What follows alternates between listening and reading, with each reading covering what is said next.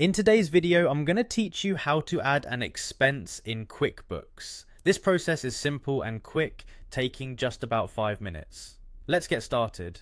First, you'll need to sign in. Go to the QuickBooks homepage and locate the sign in button, usually found in the top right corner of the page. Clicking this will direct you to a page with various options. From here, select QuickBooks Online. QuickBooks Online is the most versatile choice for managing your expenses on the go, and selecting it ensures you're accessing all the features you'll need. Once you've chosen QuickBooks Online, it's time to log in. Carefully enter your credentials, which include your email address and password associated with your QuickBooks account. Once typed accurately, hit the Continue button. This step is important to ensure you have access to the full suite of tools QuickBooks offers for managing your finances. After successfully logging in, we want to navigate to the Expenses section. You'll find this option in the main menu once you are on your QuickBooks dashboard. Clicking on Expenses will open a new page dedicated to all your financial transactions, providing an overview of your spending. Next, look for the New Transaction button. This is the starting point for adding any new expense. Click it and a drop-down menu will appear. From this menu, select Expense. It's crucial to select Expense here. This specifically tells QuickBooks that you're entering a financial outlay or payment.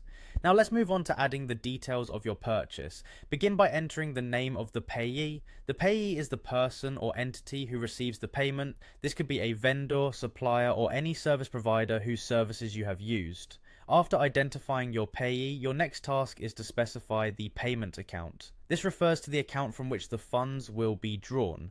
You'll see options to choose your checking or savings account or any other accounts you've linked to QuickBooks. Next in line are the item details. Here include specifics of what the payment was for, like product descriptions, service details, and any relevant notes that clarify the purpose of the expense. This step is key for keeping track of what each amount was spent on, ensuring transparency in your accounting. Once you've provided the item details, it's time to note down the payment method. Choose from options like credit card, bank transfer, or other available methods. Selecting the correct method helps in accurately updating your financial records. The last step is to save your entry. Look for the Save and Close button that is typically located at the bottom of the form.